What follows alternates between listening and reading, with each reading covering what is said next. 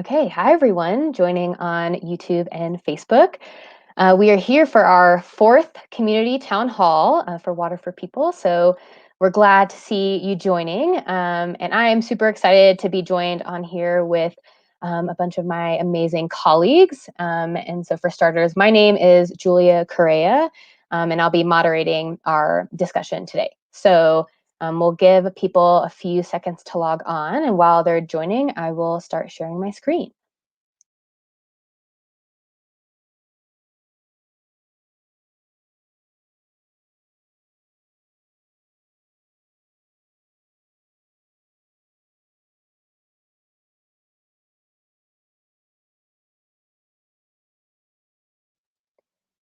Okay, so I see some more folks joining. So just hello again. My name is Julia Correa, and I will be moderating our town hall today.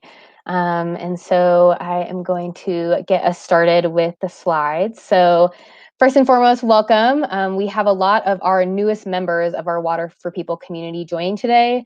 So whether you're new, just discovered us as an organization, or you're a new donor, or maybe you've been around for a while and you're just looking for a refresher on our work, whatever brought you here, we're really excited to be able to join you. We started these town halls as a way to engage our community virtually when everything moved online because of COVID. And so we're really excited to continue these because we've just seen great engagement as a way to connect with you all in our greater community here at Water for People.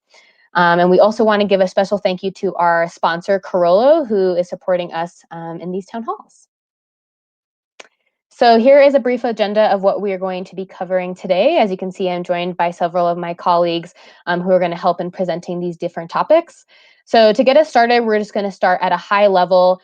What is the global water crisis? How are we orienting our work here at Water for People? And what is our impact model? So that brings us into our second section, which is called Everyone Forever. So we're going to dive a little bit deeper so you can get familiar not only with that model, but the building blocks that make it possible.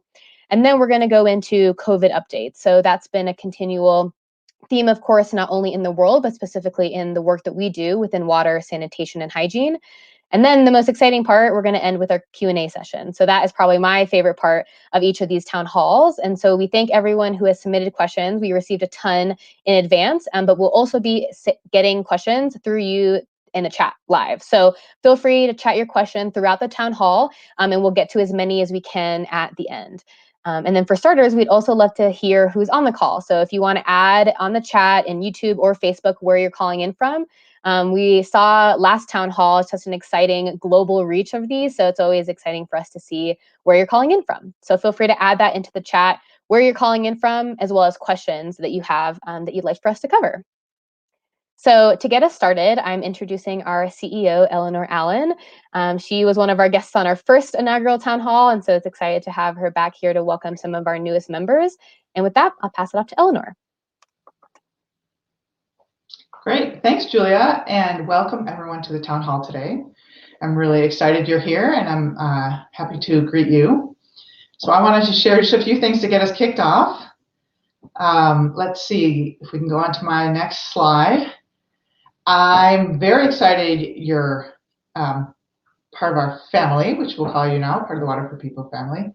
So I was asked, what am I excited about this year? So the first thing I'm excited about is our impact. This year, and you can give it a click, this year we'll be finishing our 5-year strategy, which the main impact target we had was to reach 4 million people with lasting quality water services.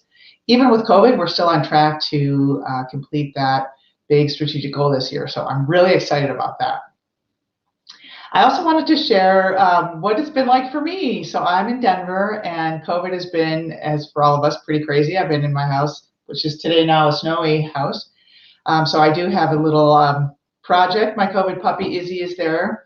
She's almost 5 months, and I have 2 boys. One is a freshman in high school, one's a sophomore in university, and they've been on and off between full-time at home with my college students, part-time on campus online, and just trying to make it through this year before, hopefully, in the fall, we're hoping both boys get back to school.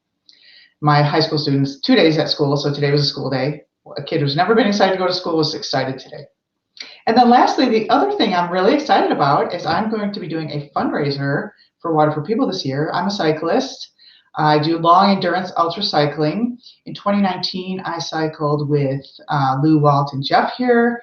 They are 3 employees of EEA, one of our corporate partners, also all avid cyclists. We did the Race Across America, crazy thing. In a week, we cycled from Oceanside, California to Annapolis. And I said I'd never do it again. A couple, years went by, and revved up to do the first leg of the Race Across America, which is called the Race Across the West. This time I'm doing it with my husband, who's also an amazing cyclist. And we are going to be going from Oceanside, California to Durango, 930 miles in 3 days. So it is for fundraising. You can learn more about our craziness on the Cycling for Water site. This is a special site we set up just to raise money for Water for People. And you can learn more about the race and why we love cycling, why we're cycling for water. So that'll be the second week of June, the third week of June, I guess. So back to you, Julia. Oh yes, and here's just my contact information. If you want to learn more about me or see the things that I post, I have Twitter, Instagram, and then I have a blog that I post on, and I did a TEDx on why water is a women's issue, one of my passions. So you can take a look at that as well. Awesome. Thanks, Eleanor. And you helped me out. I forgot to mention that all of our speakers will be sharing what they're most excited for this coming year. So if you have been following along on Instagram, you might have seen some of our teaser videos. But I really appreciated Eleanor, as I feel like I don't have as big of a physical pursuit that I'm looking for this year, but we're super excited to follow along. And with that, and Julie will share what she's excited about, we're going to pass it to Julie Kaufman. Great, thanks, Julia and Eleanor. And yes, I would say the majority of us are not going to ride a bike across half of the United States. So props to Eleanor for doing that. What I am most excited about is seeing what our amazing supporters and friends and our family is going to do this year to around activities to continue to support Water for People. The creativity and the ideas that came up in 2020 just really amazed me. And I look forward to seeing more of that. So before I jump in and share a little bit about the global water crisis, I wanted to ask you, what are the first few things that you did when you got up this morning? How many of them involved water? Did you brush your teeth, take a shower, use the toilet, make some coffee? For many of us, we are very lucky where we didn't stop and think about where our water came from. But unfortunately, that's not the case for billions of people. And that's the global water and sanitation challenge. In order to understand what really drives our work, we first must learn about the issue. So what are we talking about when we respond to or refer to the global water and sanitation crisis? It's the fact that 1 in 3 people around the world don't have access to safe water. That's 2.1 billion people. That is just way too many. And then and it's even worse for sanitation. 1 in 2 people around the world don't have access to adequate sanitation. That's 4.5 billion people. And just to clarify, adequate sanitation doesn't necessarily mean a porcelain toilet attached to a sewer system. What it means is that humans are safely and hygienically separated from their waste. So that can be a lot of different varieties, and very rarely does it involve sewer systems. There are huge health effects, economic and also and personal ramifications with a lack of access to sanitation and water. And they really disproportionately affect women and girls. For example, 266 million hours are lost every day by women and girls looking for a place to go to the bathroom. And that really continues to lead to paths for poverty and continues the cycle of poverty. So when there is a lack of clean water and it's further away, time is wasted and it keeps communities locked into this cycle of poverty without the opportunities for education, economic mobility, and healthcare. So without clean, accessible water, the cycle of poverty continues. Dirty water causes poor health. Poor health means that people miss school and work. Miss school and work means a lack of job opportunities and lower earnings. This leads to a lack of economic development, and it just continues. The cycle of poverty perpetuates itself. I hope you can visualize that in your head. Water continues to be the foundation of society and human life, so it needs to be part of our conversations. But unfortunately, there are no quick fixes to solving this issue. There's been decades of work dedicated to breaking the cycle of poverty and putting in hand pumps and water pumps to give people that access. But we've seen the patterns, especially in water, sanitation, and hygiene, that don't make positive, long-term, meaningful change. When the work does not include the voices, leadership, and the buy-in of local communities, it's largely unsuccessful. And the cycle of poverty continues, even if it was shortly interrupted. That's where Water for People comes in, and where Water for People is different. And it's through our model of everyone forever. For many years, for our first, about 20 years that Water for People existed, we were one of those well-intentioned organizations. We put in a pump, we celebrated, and we left. Then in the early 2000s, we went back and started looking at our long-term impact and realized it wasn't there. So that's when we realized that we needed to change. The model needed to change. The entire WASH system needed to change. So that's where Everyone Forever comes in. It's a sustainable solution to end the global water and sanitation crisis.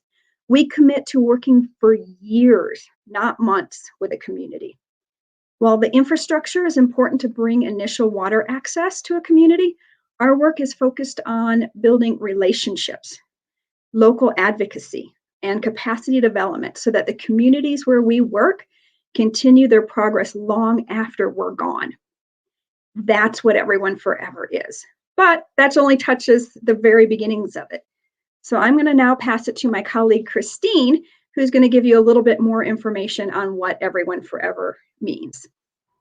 Thanks so much, Julie. So before I get into a little bit more detail about Water for People's model, I'll share what I'm most excited about in the year ahead. So I'm one of the newer team members at Water for People, and I would share with you that prior to coming to the organization, I was a big fan. So it's really exciting for me now to actually be part of the staff, part of the team. But as I've come on board, I've really had an opportunity to kind of deepen my understanding of the world water crisis and how Water for People is working to end it. And because of the nature of my work as Director of Donor Engagement, I do get to come in contact and learn about all the amazing ways that supporters like all of you who have joined us today are supporting our work. So I'm most excited in the year ahead to really share the stories and more information about the program work that we're doing in all the countries that we work in, so that you all can really experience, as I'm beginning to experience, the impact of that work. So I'm excited, really excited about that. But for today, let's talk a little bit in more detail about the Everyone Forever model. So I'm going to go into just the first part of that, and that's the everyone. And everyone, as Julie noted, and as you can imagine, what that really means is every single person in a district that we work in. So it's the hardest to reach, it's the marginalized, it's the most vulnerable. Water for People is committed to creating and in collaboration access to everyone in a given district to access to safe water and sanitation. So I think that piece is really critical. It's not some of the population, it's not a part of the community, it's the full community. The forever piece of Everyone Forever really is where the status quo starts to change, and the change really starts to take place. So forever really means that the water and sanitation is sustainable. And so that means working from both the ground up and the top down, empowering communities and government. So Water for People doesn't have to be around to ensure that those water and sanitation services will be in operation forever.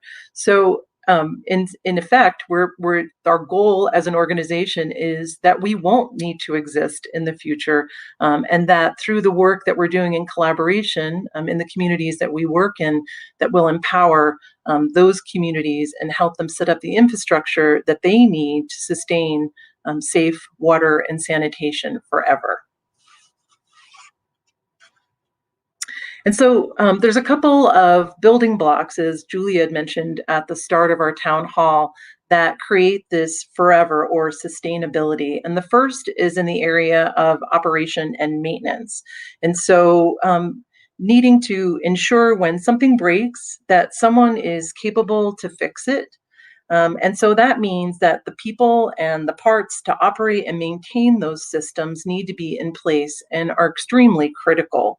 And so one of the things that Water for People does in collaboration with local governments is it trains local mechanics and establishes local businesses so that supply chains exist for spare parts. And so you'll see in this picture this wonderful smiling woman. This is Maureen, and she is a hand pump mechanic in Chikwawa, Malawi. She attended a mechanic training that was sponsored by Water for People and her local government. And now, if there's an issue with the water point in her local community, the community calls Maureen. And so this is just one of the ways that Water for People focuses on local capacity building to ensure that that longer sustainability is there. Another building block is institutions and WASH offices. So this gentleman is Don Angel, and he is the head of the Water and Sanitation Office in a district that Water for People partners with in Peru. And so these offices also are incredibly critical. They operate as our water utilities do. So they play a really essential role in creating that sustainability piece. And so Water for People works with and alongside local governments to establish WASH offices. And then gradually over time, of course, supporting those offices as they're getting started. And then over time really starts to move into a space where those WASH offices become fully independent. So ultimately, long-term, from a sustainability standpoint, they're responsible for sustaining services long-term. On this next slide, you'll see another building block, and that relates to sharing costs. And the woman in this photo is Mayor Doña. She is a leader of a district that we partner with in Bolivia. And part of her platform as an elected leader, it is ensuring that every person in her district has access to safe water. And this piece is really critical because there's the commitment there in the community to this sustainable, safe water model. And so Water for People never donates 100% of the water and sanitation infrastructure costs. Instead, we believe that it's really important to get the commitment of local stakeholders in this model, just like all of us pay for our water and sanitation services. We believe that it's important that the local community has that investment as well. And so we do partner with local governments to help share costs, and those costs can be hard costs, but they can also be working with a community like this mayor's community, where they may be contributing and donating their time and energy as labor to help build the infrastructure. And the other piece that we work with local communities on is setting reasonable fees for water at that local level. And then those monies can also be put into an ongoing resource to maintain, to help contribute towards the ongoing maintenance of those systems for the future. So that's another way that we support a longer term sustainable model. Monitoring and evaluation plays also a really critical role to sustainability. This is Manson Nkosi. And what Manson does is that he spends months out of a given year collecting data from his local schools, clinics, and water systems and households. Water for People also does data collection, but we train district partners like Manson to take over this evaluation or this tracking piece so that it supports, again, a longer term sustainable strategy. And the data really helps us track our programs, but it also helps us really monitor how close we are to meeting that everyone forever um, goal in every community. And it helps our local partners also identify areas where maybe adjustments might need to be made so that we can plan, again, for that future sustainability. The last building block to building the Everyone Forever model is in the area of water resources management. And so really long-term access to safe water is only possible when we're protecting the water source. And so as we're working with local communities, it's really important that we think not only about protecting the drinking water that's upstream, but that we're also giving attention to the downstream impacts of safe sanitation. And so that's a piece that's always a consideration as part of our planning and decision making. And the water resources management piece really depends on the community that we're working with. So it can include anything from reforestation to erosion control to local water quality labs. It really just depends on where the work is occurring. So bottom line, really quick fixes, as we've shared with you, they don't work long term. They don't last long term and just really lead to broken down and flawed systems. And Water for People's Everyone Forever model is about water supplying, protecting water supplies, managing institutions that are functional and funded, sanitation services that are available, and communities that are aid independent. Longer term, all of these things are contributors to making a sustainable and self-sufficient model for access to water and sanitation. But as you can imagine, and we alluded just a little bit, this year, particularly because it's so water dependent, COVID has provided us with some unexpected challenges. And so I'm going to pass it on to my colleague, Georgia David, and she's going to share a little bit about some of the challenges that we've been working through this year. Georgia? Christine. I'll first kick off as others have and share what I'm looking forward to most this year.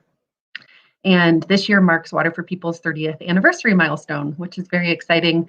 We were founded in 1991 by the American Water Works Association. I see a few committee members in the chat, so if anybody on here is with AWWA, a special shout out to you, our founding organization. So I'm really looking forward to this year and being able to celebrate all of the milestones that have been achieved over the last 30 years, and then really using that to propel us into the next, hopefully not 30, but maybe 10. If anybody joined us on our last town hall speaking about our Sustainable Development Goal 6 and what that means for us in 2030. So all that said, excited for this year and really honoring and celebrating those who built Water for People up what it is today. So with that, as Christine mentioned, I'm going to give a few updates around our programmatic work and what Water for People has been doing in the face of COVID-19. So like everybody in our global family right now, everybody on this video call, hence why we're all separate on this video call, we have spent the last year really adapting. COVID-19 has highlighted the disparities that exist in talking about something that seems so simple like hand washing. But if you didn't have clean water to wash your hands, how would you practice this first line of defense? So as you've probably seen this tagline many times, I think the repetition of it shows that it unfortunately rings true now more than ever. So for us, access to clean water is critical now more than ever. So with the health risks at an all-time high, we are leaning into what we know. And we know clean water saves lives. And we know access to dignified sanitation and hygiene education saves lives. So now more than ever, we're continuing to push forward with our work when possible. Of course, some things have been put on hold or delayed in order to protect the health of our staff, which is first and foremost our main concern, and the communities in which we work. But the purpose is is just as important as it's ever been, again, if not now, more than ever. So really the big question is, what if you didn't have water to wash your hands? So if you went to a doctor to seek medical treatment, you would expect them to have washed their hands. But unfortunately, right now, 273 clinics and schools in the districts where we work still lack water and toilets. So that's why we have and continue to prioritize water access in healthcare facilities so that proper healthcare is not compromised. We want people's visits to the doctor to make them healthier, not sicker. And this is something that's been a part of our model for a long time. And I think what is exciting for us in the face of all this is knowing that our model is working and we will continue to do that work. So to give you an idea as to what our response has been, here are 4 of our organizational priorities. As I mentioned before, and it's in our name, so it shouldn't come as a shock. Number 1 is people, our people. So continuing to keep people safe has been our top priority.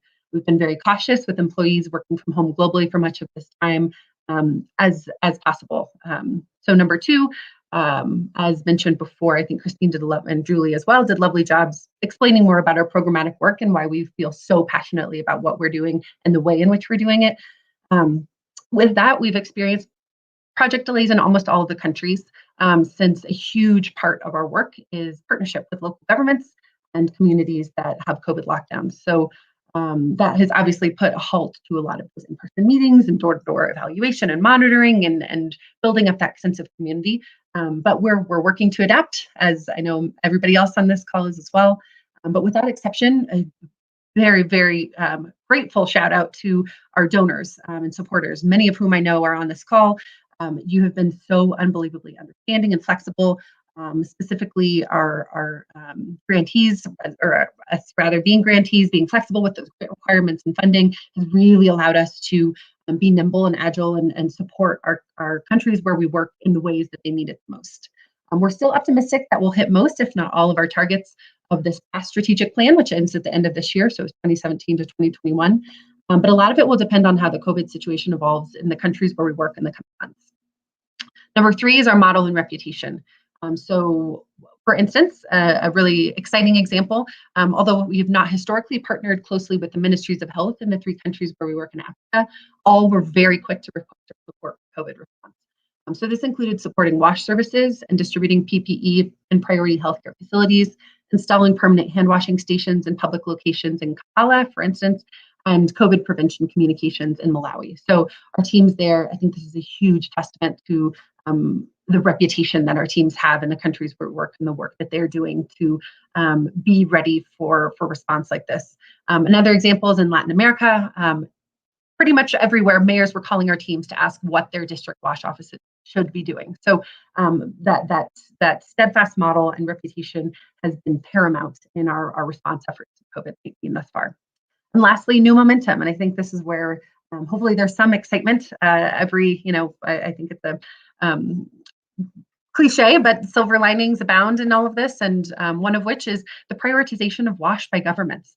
It's something that we obviously are very passionate about. And unfortunately, it took a global pandemic to really move that to maybe the top of the priority list. Understandable, there's a lot of other things going on, but we really truly believe it should be at the top of that list. One example I think that's a really interesting one is in Honduras. We've long felt that the Everyone Forever movement, which is called PTPS in Spanish, that we created was well positioned for Everyone Forever to go national. But at that time, the current national government was just not interested. Fortunately, as of late, a congressman named Edgardo Martinez has joined a sector meeting with top sector officials and the PTPS coordinator, Martin Rivera. From there, he better understood the current challenges around finance and technical assistance for their service providers and low level of public investment in the sector. So persuasive that meeting that he agreed to act as a permanent liaison between the National Congress and the WASH sector and is working on the legislative proposal to address these issues. Just again, I will continue to say it, a testament to the work of our colleagues in the countries where we work to be able to be there and be ready for those types of meetings and interactions and advance their priorities around WASH throughout the 9 countries where we work. So with that, continuing on with that momentum, here we are in 2021. What are we going to do to continue that momentum of renewed interest and importance around WASH?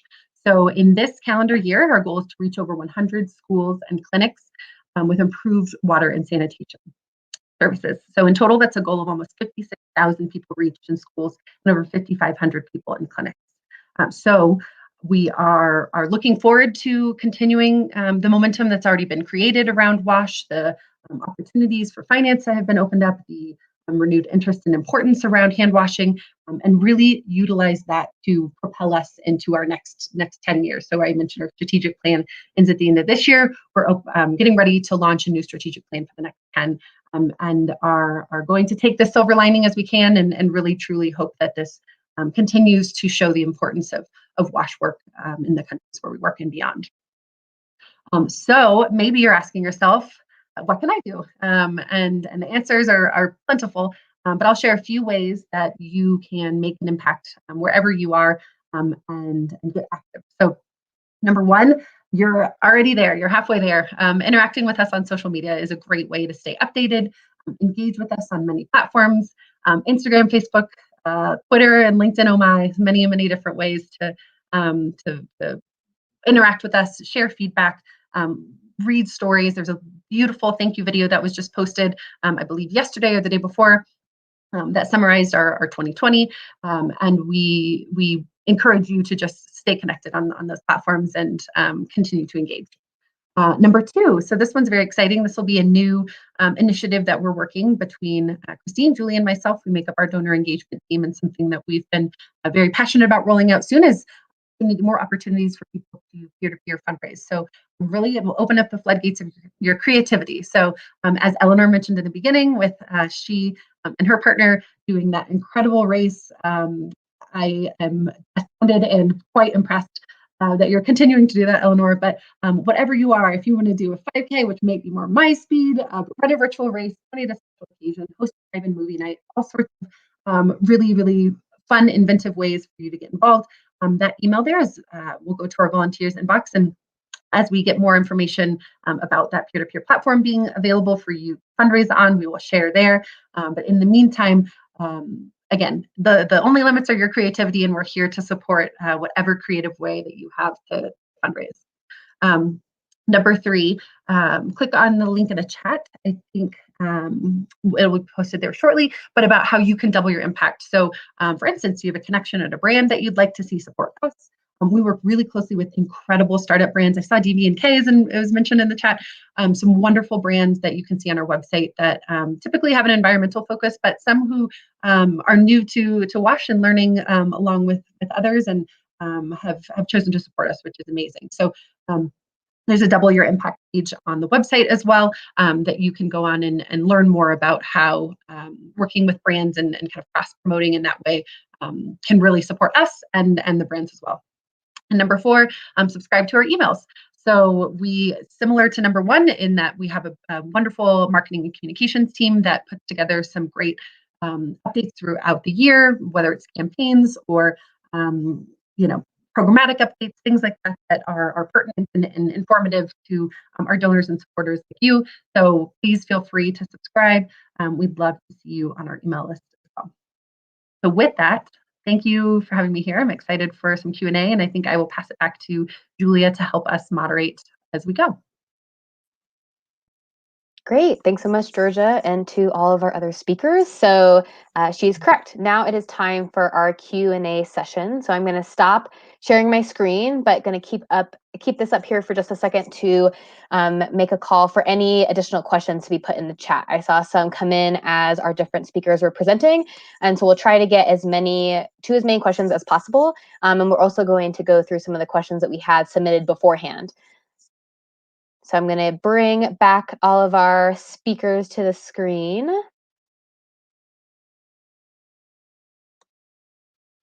Okay. So like I said, you can submit new questions through Facebook or YouTube, but we're going to get started with some of the questions that we had submitted beforehand. So we had a lot of awesome questions, so thank you for those who submitted. And we also had a lot of really big questions.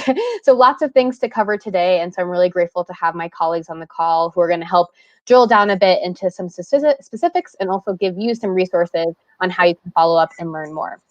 So the first one I am going to pass to Eleanor. I think this is a question that we get a lot and in a lot of different ways. But what is the cost of the work that we do? What do the different projects look like in the different countries where we work? Yeah, that is a very open-ended question, but to give some context about, and some examples of some of our projects and programs. So there's the cost of the infrastructure construction, and then that we do a lot of training and, well, first we do upfront planning, then we do the infrastructure, and then we do a lot of training of operators, maintenance workers, setting up the water and sanitation offices, helping set up the supply chains for spare parts. So if the question is really about the capital cost of a district-wide water services, so one example would be one we're doing in Rwanda now, one of our big systems, 400,000 people. We're investing about $50 million total capital investment over about 8 years. And we pay about half and the government pays about half. So that's a big system. And then if we look at systems in Latin America, they could be much smaller. Maybe they serve 14,000 people, and there might be lots of small community systems there that are tens of thousands of dollars each for the capital cost. So highly variable depending on the country, and the government co-finance averages about 35% of the capital phase, but sometimes less and sometimes more. And the second part of that I wanted to mention was, if the question's about how much do we spend on water for people on programs versus overhead, which is a very common question, we are within the lines of the top 4-star Charity Navigator ratings, which means we're the most efficient charities. Matter of fact, we're in the top 1%. We spend about 80% of our budget on programs, and then the 20% on administration, general, and fundraising. Thanks, Eleanor. Yeah, and the Charity Navigator piece is super exciting, and I think for me, for 2 reasons. One, because we've been holding that title for, I think, over 17 years now. So not only that recognition of being in the top 1%, as you said, of nonprofits, but also something that we've been able to continue and maintain over 17 years. And the second would be, we see tons of supporters come through us through the avenue. So I think we're seeing donors and volunteers who want to be really strategic about the nonprofits that they support. And I think Charity Navigator provides them that way for them to do their own research beforehand. So we're really grateful for folks who have, I think, taken it upon themselves to really invest their time and energy and knowledge into where their money and support is going. So thanks, Eleanor. So we're going to pass it now to Julie, who's going to share a little bit about, so we talked about the cost of those systems, but I think we know that they all benefit people. And so what are some information, Julie, that you can share for folks who are maybe wondering how many people Water for People has helped to gain access to reliable and safe water? Yeah, that's a great question. As Eleanor mentioned earlier, and Georgia, we are in the last year of a 5-year strategic plan. And in these 5 years, our goal was to reach 4 million people with access to water. And we actually are very close to that goal. We've reached over 3.7 million people in the last, since we started our Everyone Forever model. So we are looking forward to reaching that 4 million by the end of 2021. Awesome. Thanks, Julie. I think coming to the end of a strategic period is always super exciting and energizing. But I know in a year like this also maybe a little bit daunting. But I'm excited that our team is feeling so confident in the goals that we've set. And so now I'm going to pass it off to Christine, and if others want to join in as well.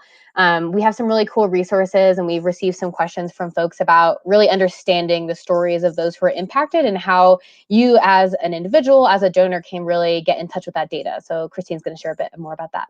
Yeah, this is a great question. A core value for Water for People is transparency. And to support that value, we have a very cool tool up on our website at www.waterforpeople.org. And it's our Everyone Forever tracker. And what that tracker allows you to do is to actually track the impact that Water for People is having globally. By seeing our progress in the districts and the countries where we work. And so actually the data there has just recently been updated. So it's a great time to visit the site and check out the tracker if you never have before. So that's just one part of it. That's the data piece of it. The other piece, and we shared a little bit today, you got to meet some of the people that we partner with in the communities, but there are a host of amazing stories representing the millions of people that have been impacted with access to safe water and sanitation. And so when you're on our website, check out under the impact section. You'll see that there is a whole lot of stories, very specific stories about very specific people, and what the impact has been for them, and their role in moving everyone forever forward. So those would be two pieces that I would really encourage folks that are joining us today to check out. Thanks, Christine. And as Georgia was talking about COVID and obviously our ability, like everyone trying to adapt, I think that being able to connect with those personal stories is super important to our work. And we know that we can't travel as staff, and most of our staff are even unable to travel within the countries where they work, but just to be able to highlight not only our staff, but the people in the communities where we work that are truly the stars of everything that happens. Okay, so I'm going to now highlight some of our questions that are coming in live. And the first I'm going to highlight is not actually a question, but it's from Don, who's calling in from Canada. And Don, I feel like we asked you to plant this, but I promise we didn't. And so this kind of goes into what Eleanor was saying about the cost of program versus overhead. And so I just wanted to highlight this, like I said, because Don, I think this is such a great thing to advocate for, that the cost is really supporting the program as a whole. So yes, people reach, yes, infrastructure, yes, co-investment, but also us as an organization and our staff in each of the 9 countries where we work. They really are the ones that make this work possible, and that work takes salaries and offices and not as much as the glamorous stuff. So just wanted to highlight Don's comment because I really appreciate being on this end and hearing folks mention that for everyone to see. But in response, we also have a question here from Michael. So Eleanor, you were talking, and so maybe if you want to get started on this, talking about that co-investment piece and the part of the investment that Water for People provides. So when we are looking from our part, where can we share with people that we're getting that money from?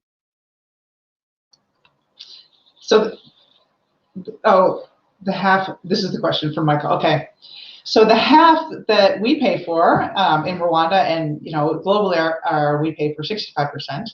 Rwanda is our best co-financing by government, but the other half comes through a lot of private donations from individuals.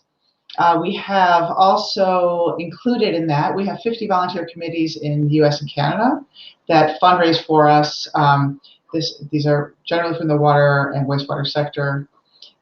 They do small scale fundraisers. And then in addition to that, that's been for a long time was our only income and our only revenue. And then we started building up our grant program. So today we have 35 grants, and those are typically from private foundations. We also have quite a few corporate partners, both from the water industry, but also consumer brands like Colgate and Kimberly-Clark, generally brands that, which I would say any brand needs water, usually to make their product, or they rely on, or they work in the countries we work in is another way we get corporate partners. So I'm picturing in my mind our sort of pyramid of funders. So, and family offices, so high wealth individuals that have a private foundation, then corporate foundations private foundations that are larger, like the school foundation is an example of a large private foundation. And then we do have a very small amount of government grants through multilateral or bilateral agencies like the Inter-American Development Bank or USAID. But that's very small for us, and it's an area that we're growing in. Thanks so much, Eleanor. Yeah, we actually had another comment come in about USAID. And so thanks for highlighting small part right now, but always a place, I think, for expansion. And so next, I'm actually going to pass it off to Georgia because, Eleanor, you mentioned partnership, these volunteer committees, and Georgia touched a little bit on ways you can get involved. And so we had a couple questions come in about this vein. So what type of partnerships does Water for People have? Yeah, thanks. I also want to note what Don just mentioned as well at workplace giving, which I think goes hand in hand with committees and what Eleanor mentioned earlier. I think there's so many ways to get involved. If you didn't notice that from the slide, that was just four of many, many other ways. But with that, yes, partner with many organizations. A big part of my role is working with two main partners within AWWA and WEF. So AWWA stands for American Water Works Association, and WEF is the Water Environment Federation. So I know many In the chat, I was looking through a few of you I see from both committees and workplace giving groups that have that are either partners with them or members of sections or MAs. But essentially, those two organizations allow committee structures to exist within each of their chapters, so to speak, so a section or a membership association. And then those individuals can fundraise, do also advocacy events on behalf of Water for People.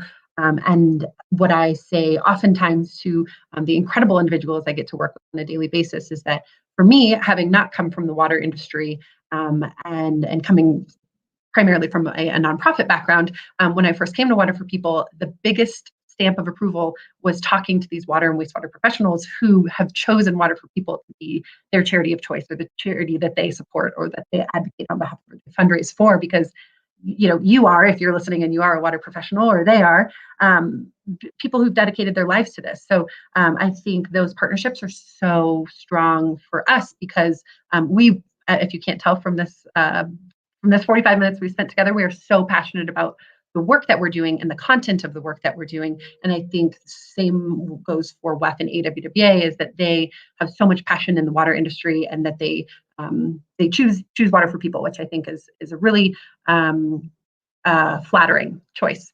That said, we work with many other organizations. We work with, as Don mentioned in there, we work with Workplace Giving. I'm not sure if that technically qualifies with partnership, but I could pass that to Julie to share on that. And then, as Eleanor mentioned, in our funding structure, there are many other organizations who either fundraise or partner in the countries in which we work. But I just wanted to highlight those two partnerships because I think they're quite important to our foundation. Great. Thanks, Georgia. And I think Eleanor is going to share about a couple other partners as well. But Julie, I know we have been throwing around the term workplace giving. And so there might be some folks on the line who aren't familiar with that. If you wanted to share a bit before we pass it back to Eleanor. Yeah, workplace giving basically means that you donate to a nonprofit like Water for People through your company. Many organizations have these. Where some of them publicize it and do a lot of campaigns on it. Others, it's just something that they have and they don't publicize as much. So if you need help getting that out at your company, it's a great thing to do. But most companies give the option. You can donate a set amount through your payroll program, and then that money is donated to Water for People. It's a great way to give. You can give, $5 a paycheck versus, making a one-time donation online, or you can even give more per paycheck. And so it's a great way to support Water for People and to keep that going long term, which is something we really love. Our workplace giving partners really help support us. And one of the great things, they give us money that is unrestricted, unlike those grants that Eleanor mentioned earlier, which we love those too, but unrestricted allows us some flexibility. So when COVID hit last year, that allowed us to do the work that Georgia talked about when we have that flexibility in funding. So that is workplace giving. And if you have any questions, if you want to see if you want help with your company getting one, there's that volunteers@waterforpeople.org email address. You can reach out and we can get back to you on that. And also, even if you don't have a workplace giving, many companies do match donations. And I think we'll be sharing a link, if we haven't already, for double the donation. And you can just that's even one-time donations. A lot of companies will match donations through that. You can look up on your app if your employer matches donations through that. So that's awesome, a great thing to do as well. So those would be my plugs for workplace giving. Thanks, Julie. Yeah, I appreciate just hearing, and Eleanor, when you're giving the kind of spread of our supporters, it is so exciting to see how many avenues there are to support Water for People. And so I know I found out about Water for People as a volunteer and was super excited to join as staff. And so we hope that everyone on the call and everyone who are supporters are finding their own way to get more involved with our work. But so the last piece of this question, I'm going to pass to Eleanor, and then we have a couple other questions that we want to get to, is what does partnership for you look like within the sector and our programmatic work? Yes, thanks, Julia. We have so many different partners. So if you can imagine our work in Uganda, for example, we partner with other organizations in the districts where we work. So a district is like a county. It's an existing geography. And we also partner with government and businesses. So again, in Uganda, we'll partner with the National Water and Sewage Corporation, the major utility. We'll partner with the regulators. We'll partner with local businesses that support and that we help get started in water sanitation, like toilet sellers and the pit emptiers that emptied latrine pits and septic tanks. And then we also partner with organizations for influencing and advocacy, so for raising the awareness about the global water crisis, but also getting together to share lessons learned and experiences to have a better way of delivering the services we offer. So a couple examples of those are the Agenda for Change, an organization that's about 5 years old now, and all the members are from the water, sanitation, hygiene sector and believe in what we call systems change, so changing the government system to provide reliable services, not just about building infrastructure, like was mentioned earlier, but also about building the reliability in to make the water keep flowing. So that's Agenda for Change. Then Millennium Water Alliance is an alliance here in the U.S. of wash organizations as well.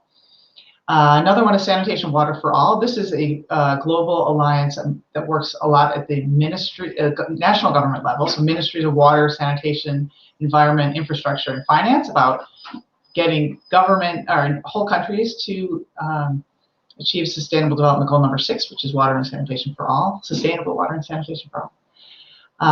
And then the last one I want to mention was the International Water Association. For those in the water sector in the U.S., we don't talk too much about the International Water Association because the AWWA and WEF are so strong. But the IWA does quite a lot of work in Africa, specifically with the Africa Water Congress and all over the world, very focused on training and technical manuals. So we partner with them as well. Thanks, Eleanor. Yes, as folks who maybe heard, there's tons of collaborations and partnerships out there. But I think at the core, at least for me, what's the most exciting about all of them is that we know we can't do this work on our own. So we have really big goals, as Julie shared in the beginning. These are huge problems that are affecting millions and billions of people. And so for me, the only way that we're going to find a sustainable solution is if we work together and put our heads together to continue to elevate the work and make more progress. Sorry, Julia. Yeah. I think worth mentioning, not water sector, but also quite influential in our work. I mentioned the Skoll Foundation earlier as a funder, but it's a Skoll Foundation for Social Entrepreneurship. So we're also in a community of social entrepreneurs and that just means doing our work for social progress. So the Skoll Foundation is all cross-sector, so we have a lot of synergies with other social entrepreneurs that are not in water, but also maybe doing system change in global health or education. And then another social entrepreneur community is the Schwab Foundation. This is the Swiss Schwab out of the World Economic Forum. So those are two very vibrant communities where we share cross-sector as well. Thanks, Eleanor. Yeah, I mean, I think what you just said too about the systems that exist in all different sectors. I mean, I think when we're talking about sustainability, it's not just in the water and sanitation sector, but across the board. To Eleanor, I'm going to have you not stay on mute for too long, but we had a lot of questions, I think, and maybe a good place to end is as we're looking forward. So not just in 2021, 2022, but we've also been kind of throwing around the terms our strategic plan. So we had Sudeep here add a question, and we also had some come in earlier too about what is coming up, but also this idea of expansion. So we mentioned that we work in 9 different countries. So is there plans to expand? How does that process work? And I think we'll pass it around to folks too if they want to share some, start thinking about the exciting things we have in the works. But Eleanor, I'll start with you. Yes, great question, and something I'm very excited about, thinking about the future. Since we're ending this strategy, we're of course in the middle of creating the new strategy. So we have a 10-year vision that we have developed, and now we're putting the strategy to the vision. But a little bit of context, for the past 10 years, we have not added any new countries. In fact, before 2010, we did projects in about 40 countries. We worked into programs in 11, then we divested 2, so we got to the 9 we have now. So we have definitely not added over the past decade, very intentional. We really wanted to, we create our impact model, Everyone Forever. We wanted to focus on the model, get data, get evidence. It's really working now. So now we're at another inflection point where we do want to expand. The way we're looking to expand is not to do what we've historically done. We'd go into a new place, scope it out, make some early estimates of what a program could look like. We want to look for partners that are already working in those countries, outside our countries, that are really good at what they do. So our first strategic partner is an organization called IRC Wash out of the Netherlands. and they work in three countries that overlap ours, but many countries that don't. So we're working together to figure out a plan for the future where we can have a partnership that develops into a new organization that can attract others to come in that are outside our, together we're in 15 countries, so outside those countries, that we can expand our Everyone Forever model. And really our biggest value proposition is the work that we do and how we do it. So we want to keep doing that, and then look for the organizations in other countries that would adapt that model and use us as technical support and advice, but be able to deliver in their country or countries, obviously. So that's something very exciting that we're working on now for in line with Sustainable Development Goals for 2030. Thanks, Eleanor. And I mean, again, I think partnership is at the core of that, knowing that there are organizations and groups who are doing this work. And so how can we collaborate with them to make the work even more successful? So I'm looking at the clock. We have 5 minutes left. And so this last question I'm going to pose to everyone, all our speakers here today. So maybe if we can try to stick to 30 seconds, folks.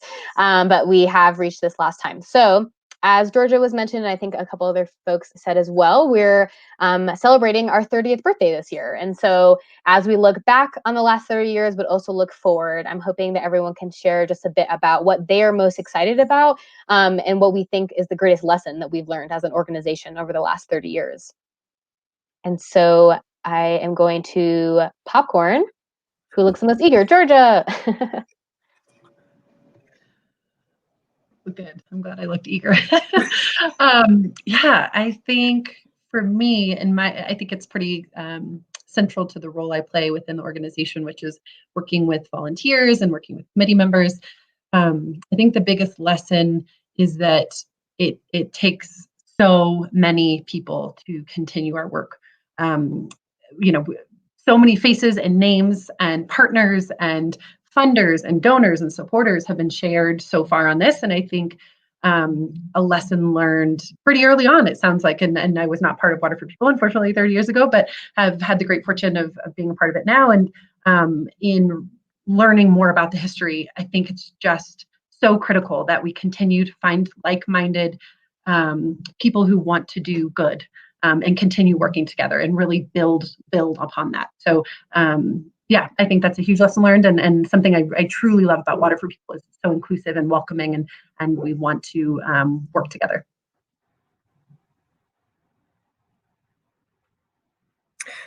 I'll jump in, Julia. Okay, perfect. Go to Christine. Okay. I don't know, the word resilience just keeps coming back to me. And I guess I just can't underscore, everything that we've talked about related to the Everyone Forever model and all that Eleanor just shared about our partners. I think that, there were challenges from COVID, but there were also challenges from hurricanes, Eta and Iota. I mean, those created a lot of devastation and are requiring a lot of rebuilding, but it's rebuilding infrastructure that we know from experience works. And I think that piece is going to be really, really critical because we don't know what challenges lie ahead, I think, in the next 30 years or years to come. And so I think, having taken the time to step back and really study that model and prove it out has been really critical. I mean, I think that's got to be probably the biggest learning for the organization. And that's what's going to shepherd it forward, to a place where we achieve the goals that are set out. And I think, being able to join with partners too, in on that also subscribe to that same model. It's the basis for everything that we do. And I think I'll follow up on Christine's comment, because I think what popped into my head on this one was fail fast.